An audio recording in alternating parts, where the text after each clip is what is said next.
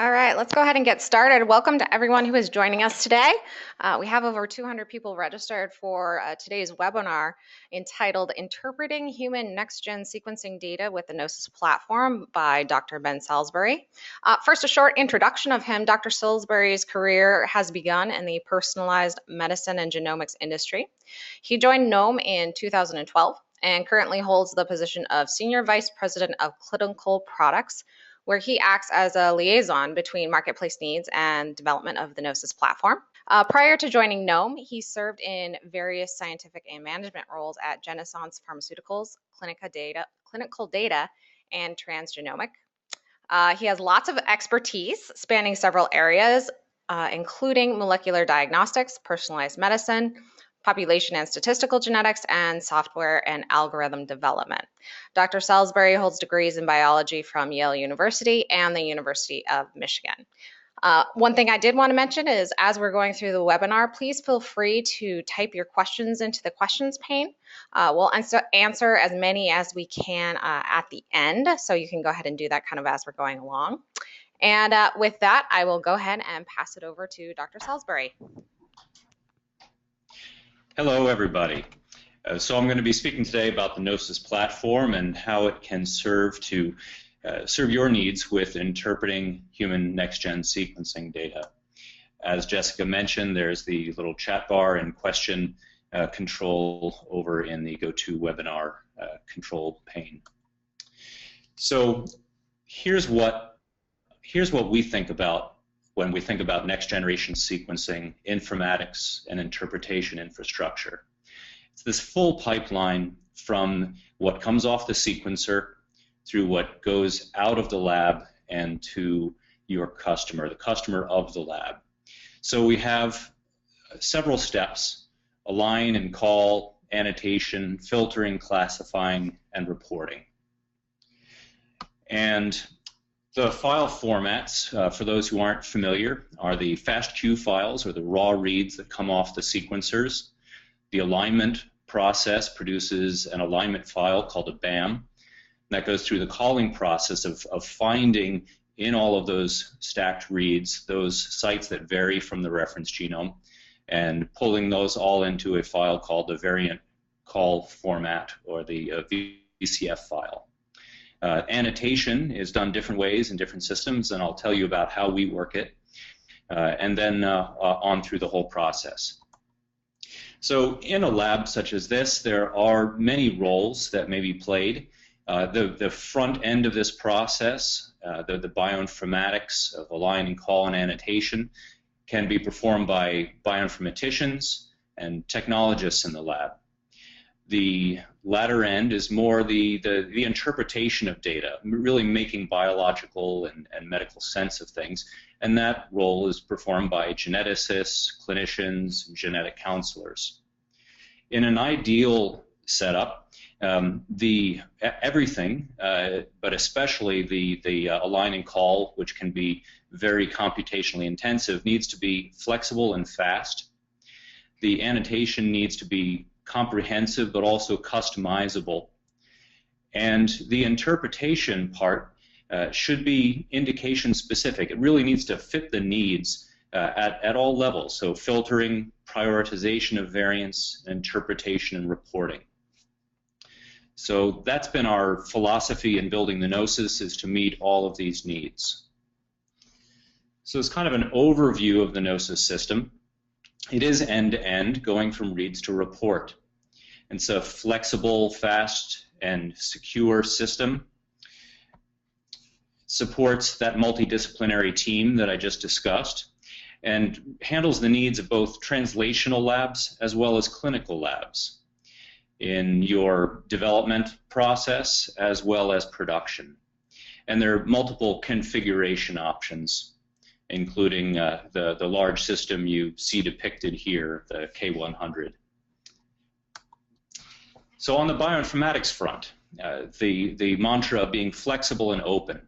So we have designed this so that there's a user interface for standard production processing, very easy to use by people who don't necessarily have the technical and computing expertise of a bioinformatician. But for those bioinformaticians, there's also command line operation available. You can load any software you want on here, third-party tools for doing that work, and do it quite efficiently on the powerful hardware that we provide or that you provide. And then finally, we expose APIs, or the application programming interface, for scripting the knoSYS software, for really automating everything depending on the scale of the lab work that you're doing. The align and call software selection is designed to be modular. So whether you're doing that at the command line or through the user interface, you have options. So you can use BWA and GATK for doing the align and call, or you could use Illumina software, Isaac, or anything else that you recommend can be plugged into this system. And then all of this is running in a grid computing environment for parallel processing of the sequences. Annotation is another matter. So we have external data coming from many different sources, updated on different schedules, having different schemas. They really need to be harmonized and integrated, in some cases even a little bit simplified, so that it all fits together in a way that works together and that works with your systems.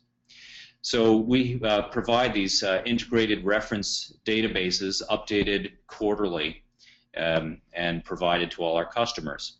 And this includes structural information, such as, of course, the reference genome, gene and transcript definitions coming from Ensemble and RefSeq, variation data from dbSNP, so simply acknowledging that certain sites are variable, COSMIC providing mutation data from cancer samples, frequency data coming from both NCBI's exome sequencing project as well as the 1,000 Genomes project, so several thousand reference samples there.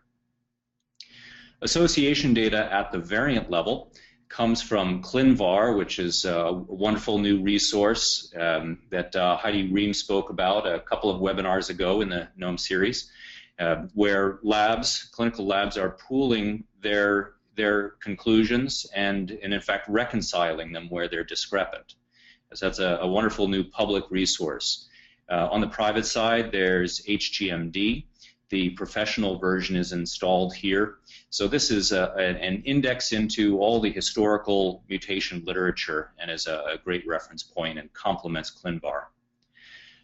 Then going beyond the individual variants, we have gene level information. So the human phenotype ontology is a database that pulls together data from OMIM, ORPHANET, and Decipher, providing the links between genes and diseases and phenotypes, making it all very computable in a single framework. Gene ontology similarly provides a lot of in-depth information about the genes. And I'll mention right now that throughout our system, there are links out to these and other sources so that you can check on details of these pieces of information as well as look for new data. And then in the final column, we have prediction software algorithm values and categories coming from SIFT and PolyPhen, talking about amino acid substitutions and their likely consequence.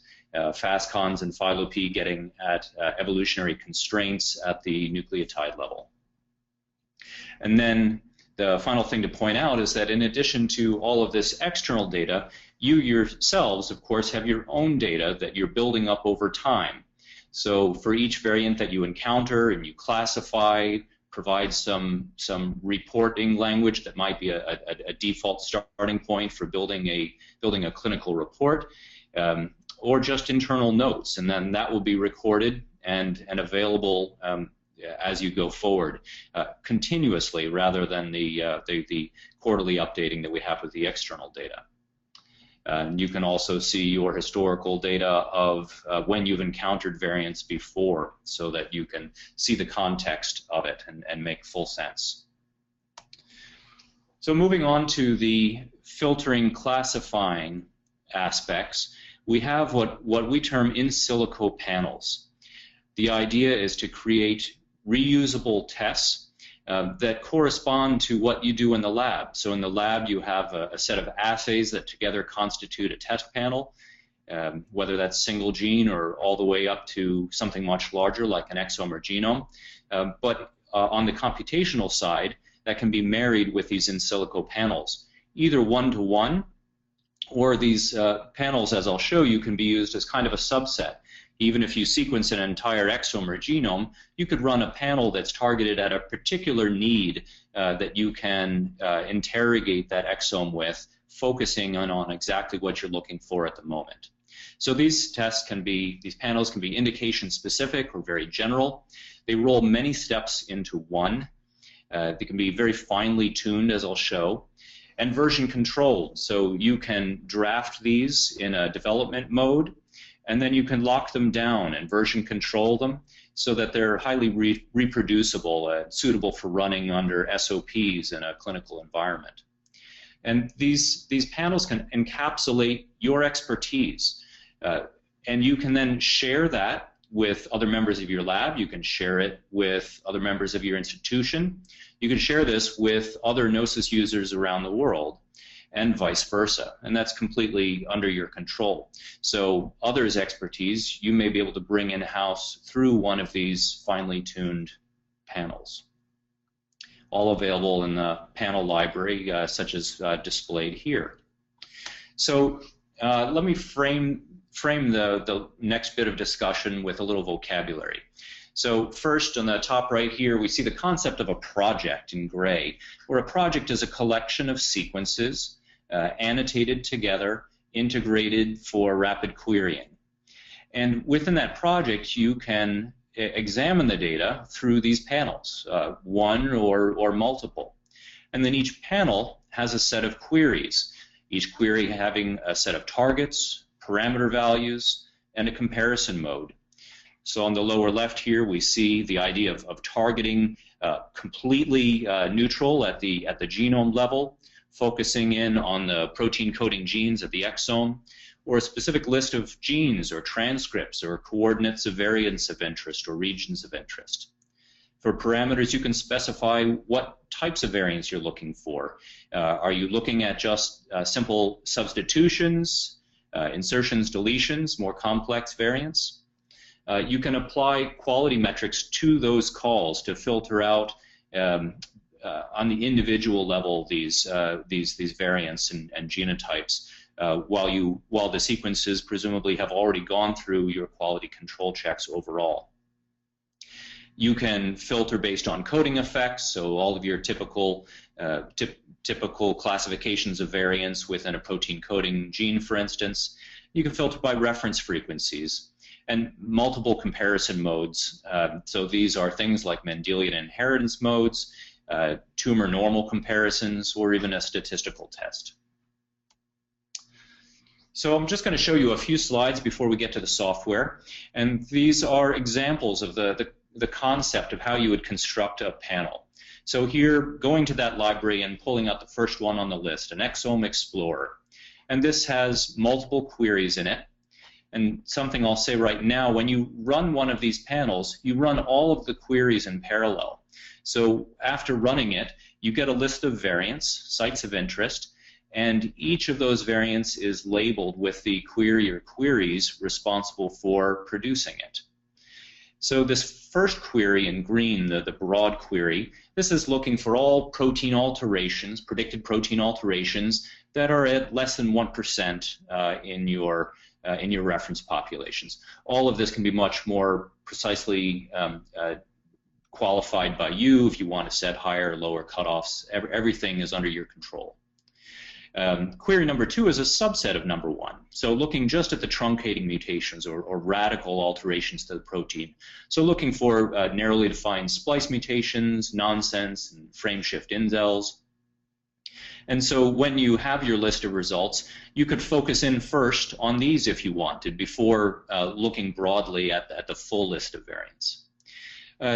Queries 3, 4, 5, etc. Are all tuned towards particular genes that have a known or published inheritance mode for disease causation. So query 3 focusing on the autosomal dominant genes. Again, looking for protein alterations, and because we're looking at dominant variants, probably setting the frequency cutoff a little bit lower. Recessive, you might be more generous since you need 2 copies to cause disease. So going to the other end of the spectrum, here we're looking at long QT syndrome, specifically the 3 genes that are responsible for the majority of long QT syndrome, which is a rare electrical disorder of the heart. It's inborn, typically manifests first in childhood, and is quite a dangerous disease entity. Kills, unfortunately, as well as other problems that it can cause. So here we're taking a similar approach to structuring the queries. Number 1, we're looking at all 3 genes. The KCNQ1 and H2, those are the 2 potassium ion channels in the heart, and SCN5A, a sodium ion channel gene. And we're looking broadly at splice variants and any non-synonymous variants that are rare. Query 2, again, looking at truncating. And query 3, here we're going to apply some specific knowledge about these genes and say that in the transmembrane regions of those 2 potassium channels, any novel missense variant is likely to be pathogenic unless you know otherwise.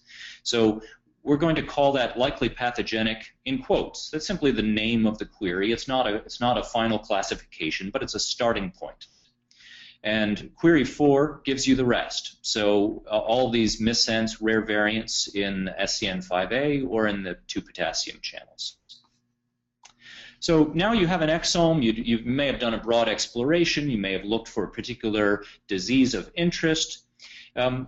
But then we have the ACMG's recommendations from over a year ago that whenever you're looking at an exome, you really should look for incidental findings in these 56 genes where the knowledge is actionable. So we could build up a panel that focuses the way they intended. So query 1 is targeting a specific list of variants that are believed to be pathogenic.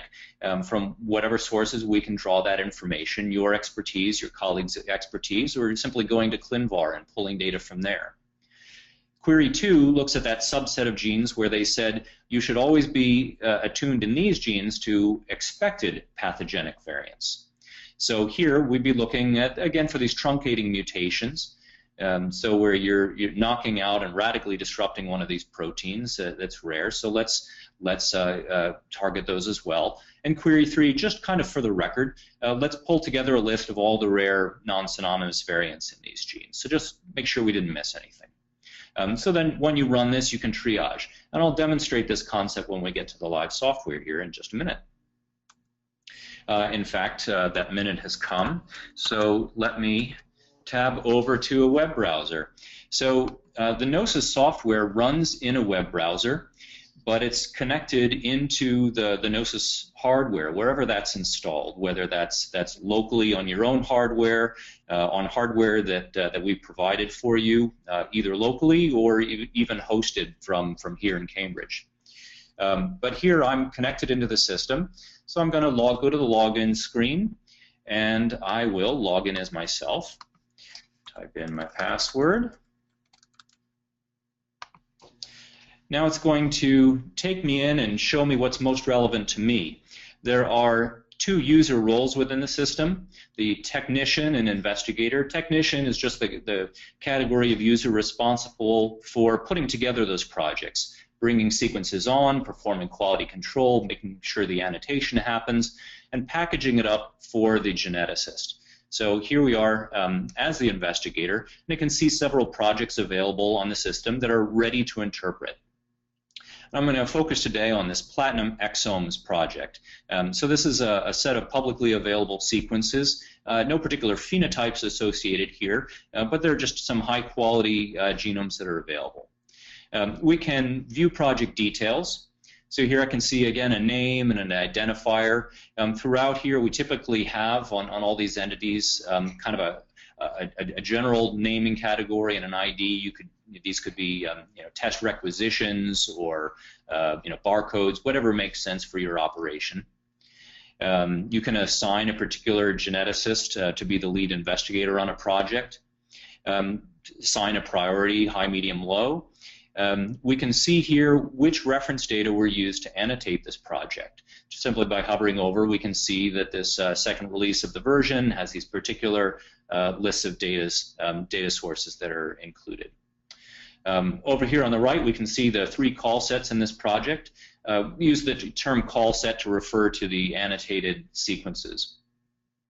So this is a trio of individuals. So we've chosen a father, a mother, and a son. Just hovering over here, we can see a little bit more information, kind of minimally filled out in this case, but the information is there. We could even drill down and see information about the sequencing process and align and call that produced it. But I'm just going to close out of that. I'm ready to go in and start analyzing. So I'm just going to click on the tab. It's going to load those three exomes into memory. And when we're here, we don't really see anything yet. So there aren't any panels in this project. We could, again, if we wanted to view the information about this project, we can at any time save our progress, or just even add some notes wherever you want to jot something down. Now what I'm going to do is I'm going to go to our panel catalog and pull something out. So we have a variety of panels that are in here. And I'm going to start with this ACMG incidental findings panel. So we can look over here where I've given some descriptive information for this. We can see the source and when it was last updated, version number, etc. As you can see, some of these are draft and some of them are final. So there's all of that available in there. See what kind of queries are set up in it, but just by name. We have an ability to click out through these hyperlinks. Again, we're running in a web browser, so it easily just takes us through, sets up another tab. And so here we can actually review those recommendations if we want. Scrolling down through there, we'll get to the gene list. So let's use that. So we'll add that into our project. Now, we can see right here there are 4 queries, and I've named them according to the inheritance modes as specified in those recommendations. And so looking just first at this autosomal dominant one, we can take our 3 subjects and assign them appropriately. So in the autosomal dominant mode, we have 2 bins or categories to assign these call sets to.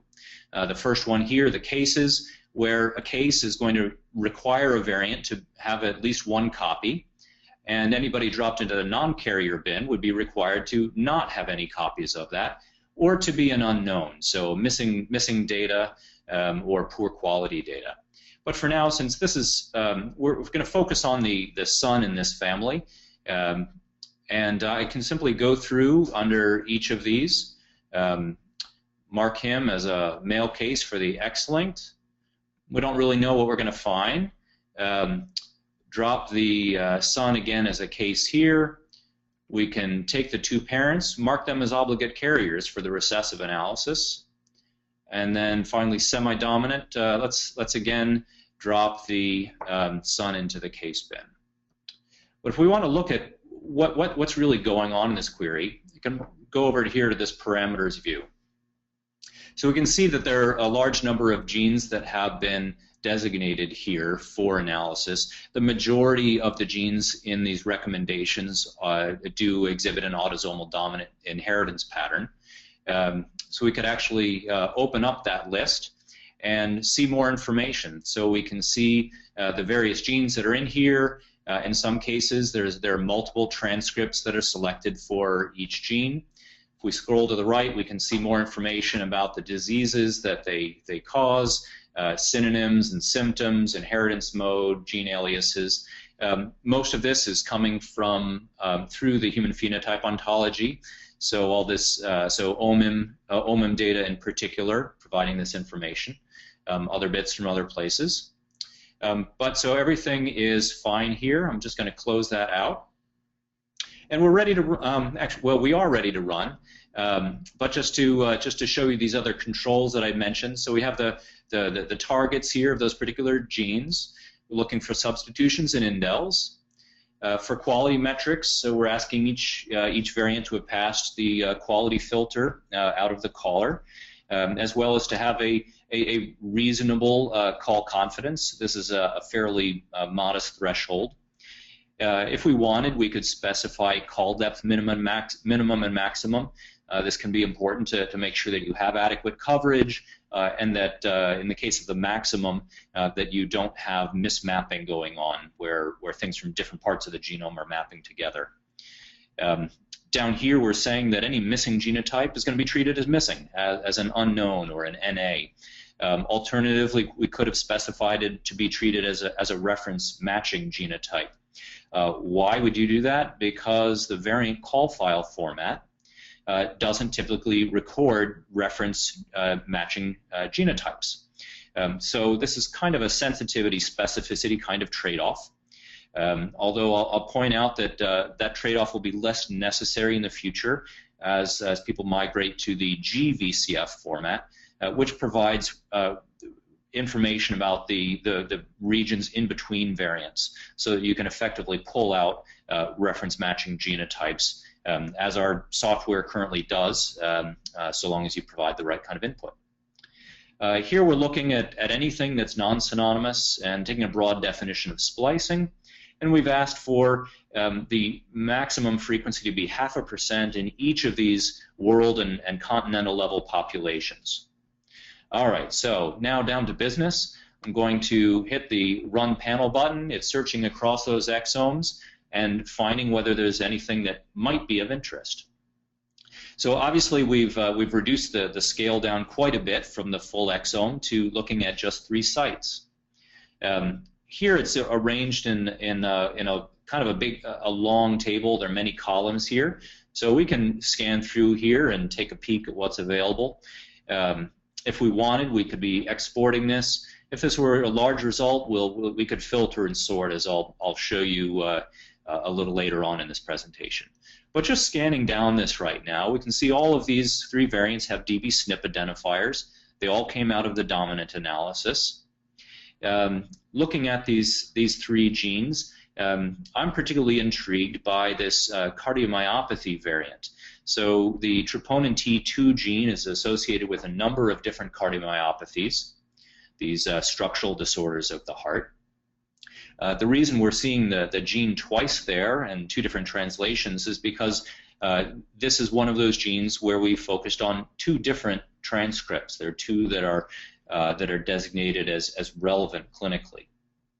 Scrolling over here, we can see that there is an external record about that variant.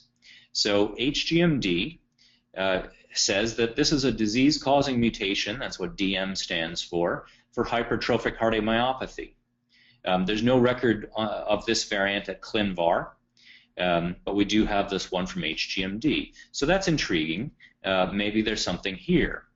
Scrolling over, we see that the 1000 Genomes Project didn't find this variant at all, but the Exome Sequencing Project did. That's 0.02%, so that's quite rare. On the other hand, hypertrophic cardiomyopathy is a 1 in 500 disease, not fully penetrant, so it's possible that that really could be disease-causing, like HGMD said. But what I'm going to do now is get beyond this table, because it's not the most fun way to look at the data. So I'm going to click on this variant anywhere in that row, and it scrolls down to what we call our Variant Explorer. So here we can see up top information about how this gene, how this variant looks in regards to those 2 different transcripts. So we can see that it's the same isoleucine to threonine change, but at a slightly different codon position. We could, if we want, we can follow hyperlinks throughout here. So this chromosomal position is just going to open a tab up at the UCSC genome browser, where of course there's a tremendous amount of information available about what's going on in that region. But back to knoSYS, we could again follow out to dbSNP. I'll spare you that right now. We can see there's no internal association, so our lab hasn't reviewed it yet. But here's that external one, again, coming from HGMD. So this is just a top-line information. We'll get more details as we scroll down. Here we're looking at the call sets in detail. So here's our son, who is assigned to the case bin in the autosomal dominant query. We can see he's heterozygous, as is his mother, so came from mom. Dad is probably a reference matching genotype there, but we can't see it right now. we can see the quality scores are really quite good. The depth is good. And when we go to over here, we have the opportunity to open this up in IGV, and pops right up for us. This is if you have that alignment file on your system. So opens it up, and we can see that this is pretty clean. We've got lots of reads, very cleanly mapping. The gray means all that reference matching, and we can see the G's. So we can see this other variant popping up on roughly half of the reads. So this appears to be a high-quality variant call. That can be an important step for quality control, though. Sometimes mistakes happen. Again, no internal association, but maybe we're going to want to add one before we're done here. But looking at that external data, here we have that HGMD record, which is resting on apparently just one paper. At least there's one in their system right now. We can open that up. Takes us out to PubMed. And I've taken a look over this abstract, and I can see this is a study of 260 index patients, so hypertrophic cardiomyopathy patients referred for testing in Brazil. So that's a little bit out of the way relative to our reference populations. And this is clearly kind of a large, this is a large study, many different patients, and you might expect that they might not have had the full follow-through on all variants that they came up with. In fact, they found mutations or possible mutations in 131 of those patients. So what else is going on in here? Back out here, we could take a look at PubMed and see if maybe there's any new papers on this variant. So when I click here, it's going to again take us to PubMed, but this time it's searching. And in fact, it's searching under different gene aliases. It's looking under 1- and 3-letter amino acid codes, and at both of those alternative codon structures based on the transcripts. But it didn't find any papers. So that suggests that that variant is not named in the abstracts. We can also look at Google Scholar. I enjoy this because Google Scholar tends to have visibility into the papers, so actually into the body of papers and not just the abstracts. So here we can see highlighted that variant that we've been looking at in something of a laundry list of 11 mutations. So to me, this is looking like they saw it in a patient, and that's probably about the end of what they've done. I suspect they haven't done any functional characterization here. Obviously, you'd like to open up that paper and take a look for yourselves, ideally. But scrolling down, we can see there's more information about this gene. We could, again, follow this out to NCBI or Ensemble to get more information about the gene. We can see gene ontology, some disease information. You can see that there are actually a number of other transcripts that weren't selected. For whatever reasons. We went with those two by default, probably because they're in RefSeq gene as proposed clinically relevant transcripts. Looking at that reference population data, we can again see 1,000 genomes didn't see it in any of these populations, and we're drilling down now, so not just continental level, but looking at the individual African, Asian, European, and other populations. The exome sequencing project, however, did see it both in the African Americans and in the European Americans, but again, that's 1 or 2 0.01%, so still quite rare. But my conclusion after having reviewed this is that HGMD was a little bit strong in calling it pathogenic at this point, and that for our purposes, it might be better to play it a little safer. So let's record something about this variant in the system. So let's put in our phenotype. I'm going to type this in, and we're going to add it into the database. So this one doesn't add, it doesn't exist in the internal list of phenotypes right now. So we had to put it in. And now we can choose a classification for this. These are the standard terminology used at ClinVar, plus a couple extras we've thrown in. This can also be customized. But rather than calling it pathogenic or even likely pathogenic, I think it's best to call it a VUS, or of uncertain significance right now. We have the opportunity to write out a nice descriptive report-suitable language describing conclusions about this variant. But right now I just want to make an internal comment that, that this evidence at this point appears anecdotal. Anecdotal. And so we can save that into the system. So that's now in here. If I wanted to come back later and update this, maybe I talked to some colleagues and found that they have some data that suggests that it really is pathogenic, we might change the classification. We just might put in some extra reporting language, so we could revise that. It'll put the timestamp on. We could also just mark it as reviewed. If I were to come back to this in a few months and nothing's changed, I'll probably click that button so that we can put a new timestamp on there so that we know that it hasn't been so long the next time we encounter it. So that's kind of how we process this. And we can go back to our list of variants up here and mark this one for reporting. Even though it's a VUS, perhaps it's worth putting into a report. When we're done here, in the new version of the software coming out next month, I could be showing you kind of a Word format document, draft report. But for now, the other option available is exporting that full table of information, including most of the information that was in that Variant Explorer.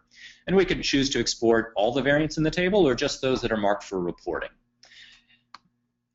And that just exports a tab-separated value file that you could easily open up in an Excel or parse into your own reporting or filing system. So that's how it works to take a panel right out of the catalog, but it's also easy to set one up. So let me create a new panel this time, and let's go to a different disease area. We'll just make something around epilepsy. Here we go. Just put in a simple description. So now we're in development mode. So this is unlocked. You can see the little icon here that shows this is unlocked. We can add and remove queries. We can change parameters of value around. Unlike that panel that we opened up from the library where everything was locked, even though we could see what was going on, we weren't allowed to change it. Although I'd say that could be unlocked and open for making a new version, of course.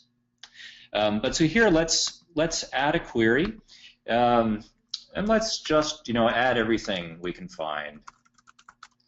Well, let's just call that everything. All everything. That's a little redundant, but anyway, we have an option of all of these inheritance modes.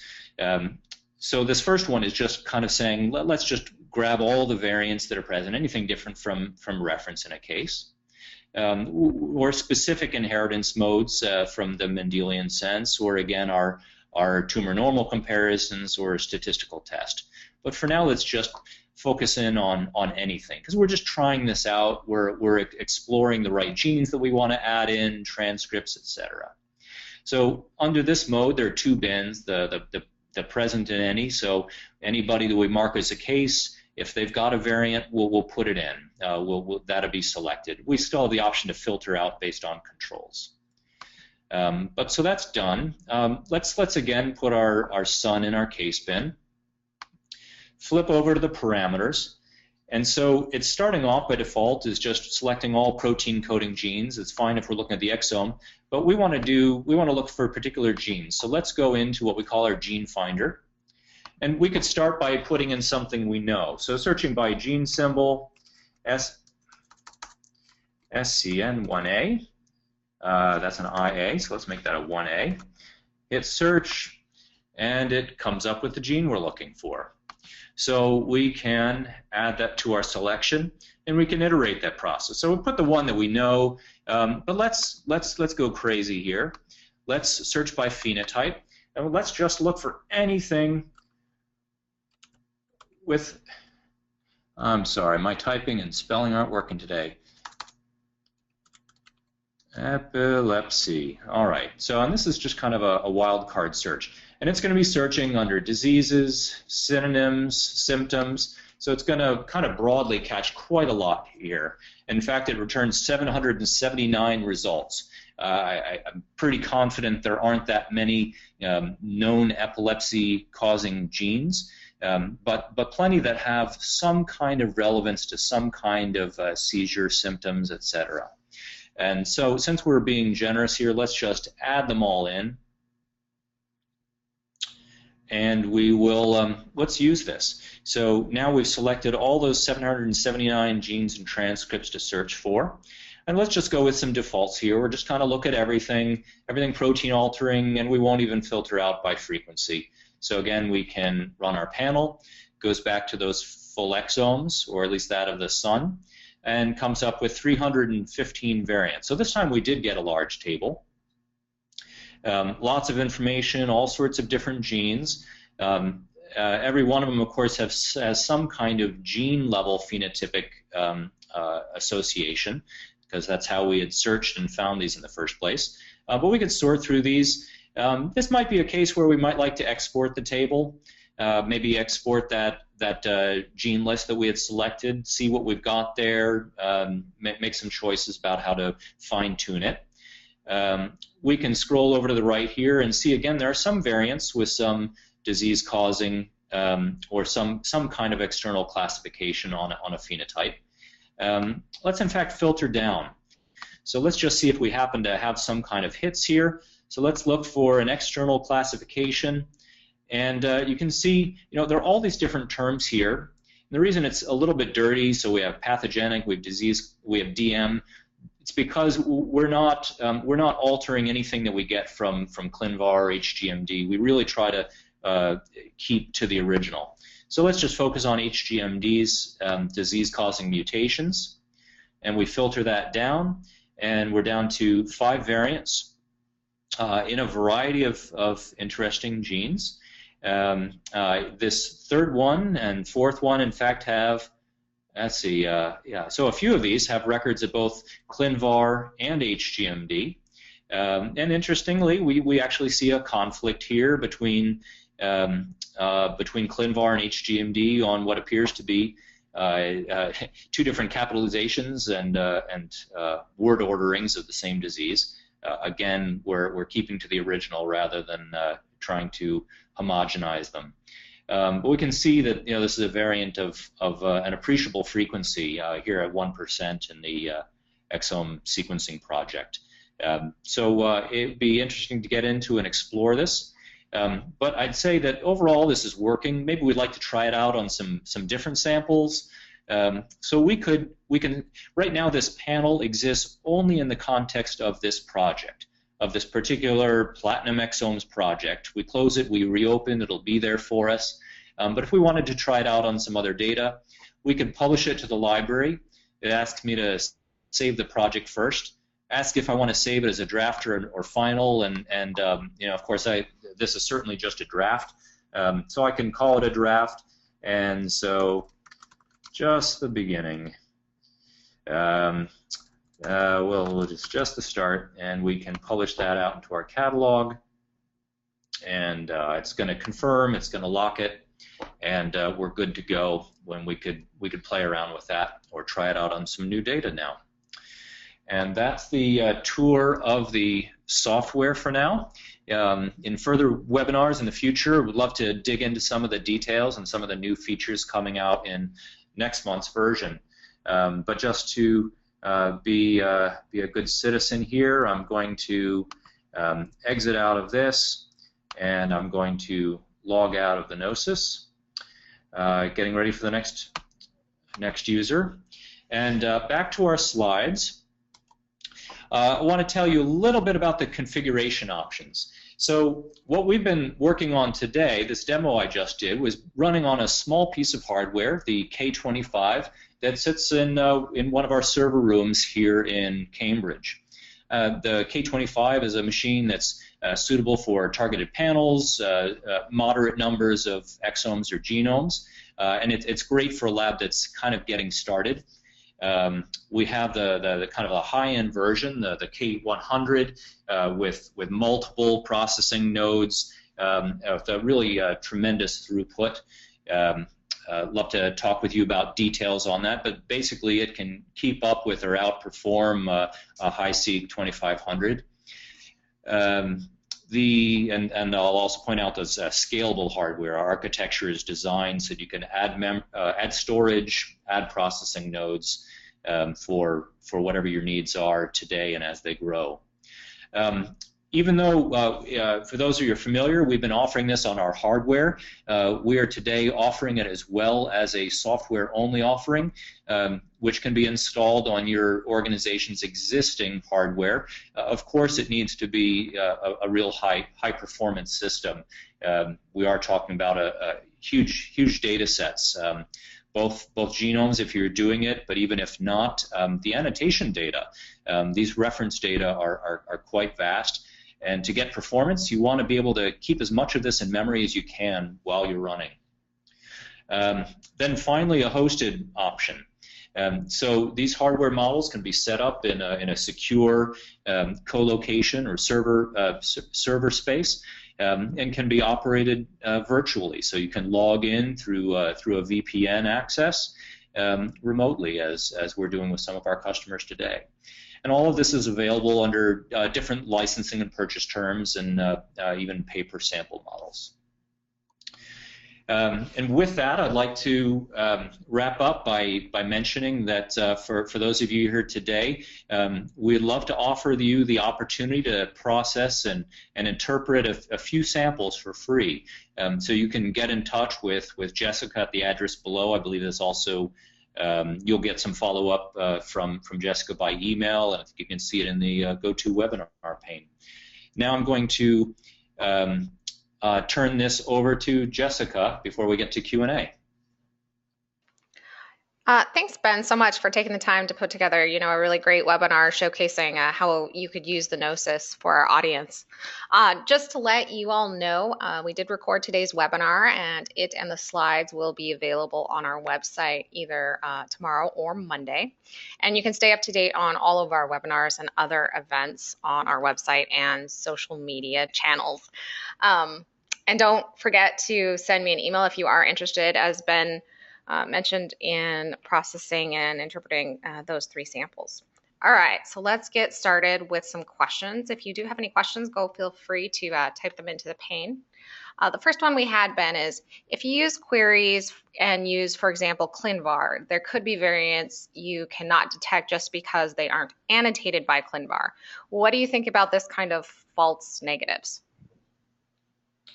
Yeah, so it's always possible that there's more information on a variant. That's why we have the ability to run those live queries, kind of dynamically go out to PubMed or ClinVar and Google Scholar to go out and look to see what's out there. It's a trade-off in how current you want to be. It's important when you are dealing with a project that you know what you have. That's why we have this version controlled reference data composites, as we call them. But the ability to, so you have not just your software locked down and your panel version controlled, but even the data are version controlled. So it's going to be reproducible.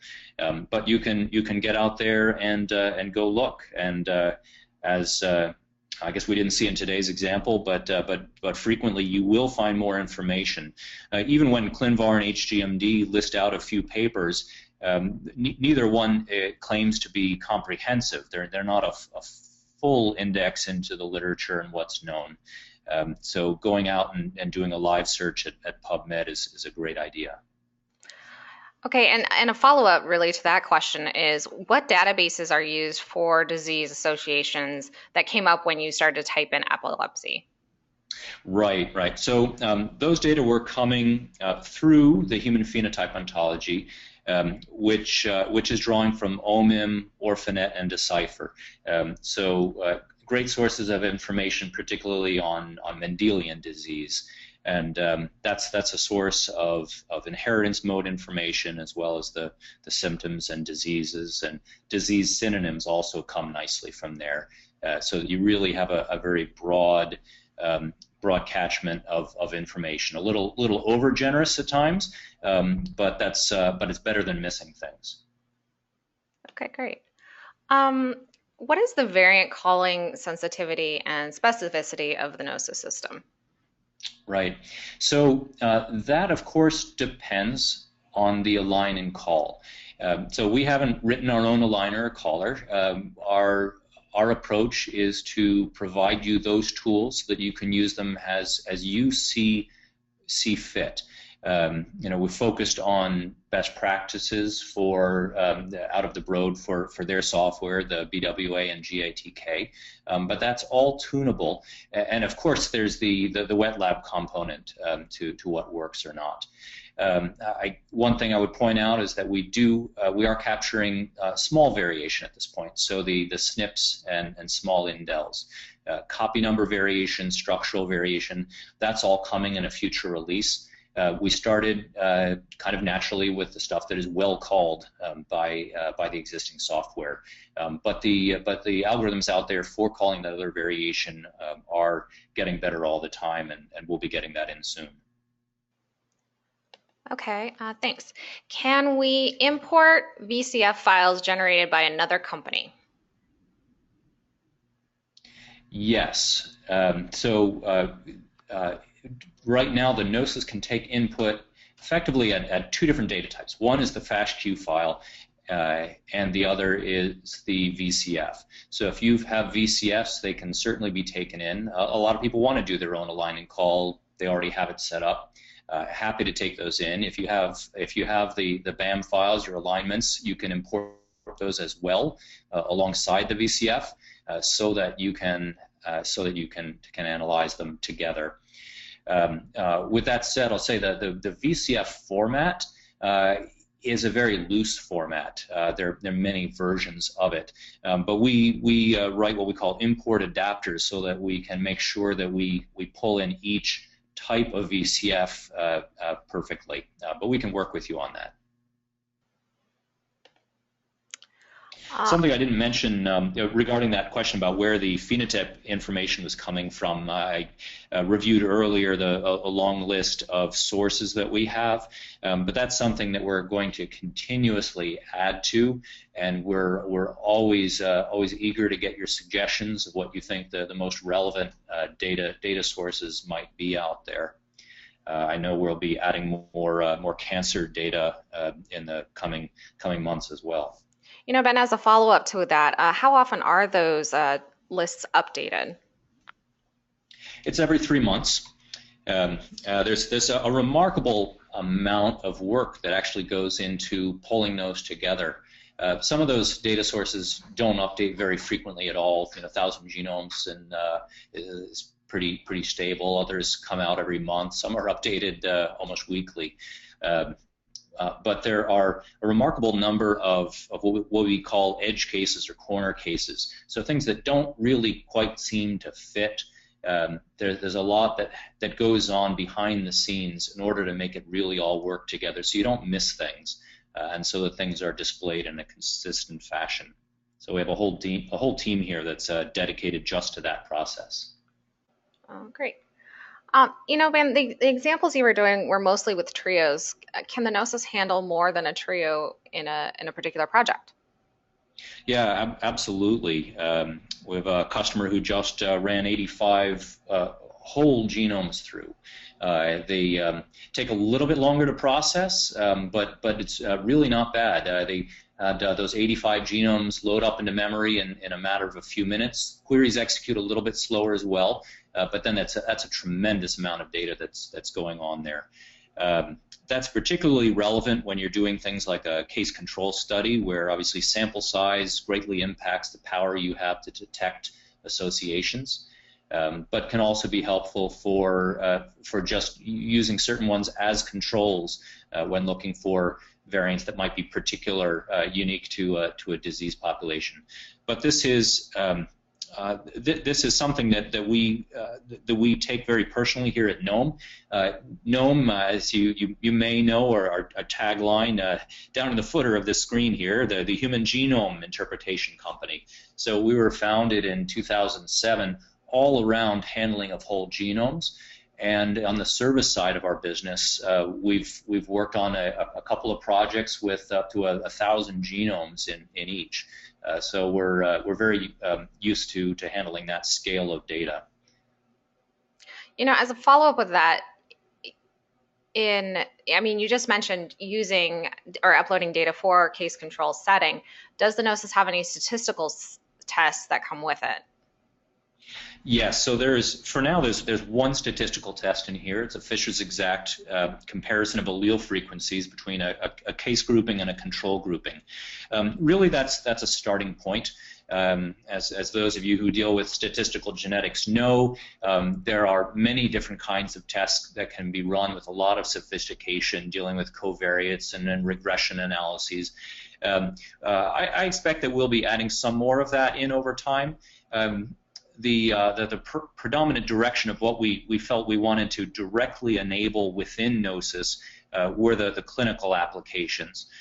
So for the statistical genetics discovery kinds of analyses, what I would suggest is that that our system is great for processing the data in the first place and prepping the data to go into a dedicated statistical package. Data can then be pulled back out of that and brought back into the knoSYS in a variety of different ways to make use of our tools for looking through the findings. And I actually wanted to go back to that previous question about genomes. Those of you who've happen to have been around since GNOME was founded may still think of us as a genome company. While other organizations have been scaling up, I like to say we've been scaling down, making our system and tools work really well and fast for smaller sequences. So anything NGS is our target here, and people today are using it more and more to run small panels because it's becoming cost effective. So those, of course, have a much higher throughput on the system and much lower storage demands, and you can really crank through quite a lot of data that way. Okay, thanks. Thanks for going back to that. Let's finish up with one last question. Can you tell me anything about the knoSYS APIs? Yeah. So the API framework is in place in order to run the same things that you would run through the user interface. When you're on a fairly low volume scale, it's great to be able to kind of get in here and see what you're doing visually. If you are scaling up to a very high throughput, running hundreds of samples a week, you might want to automate some or many or even all of the steps in here. And so that's what the APIs are written for. So we'd be happy to talk to you individually about what a particular organization's needs and interests might be there. Okay. Well, thank you so much again, Ben, for all your help and for giving this webinar, and thank you everyone for attending. It was a pleasure. Goodbye.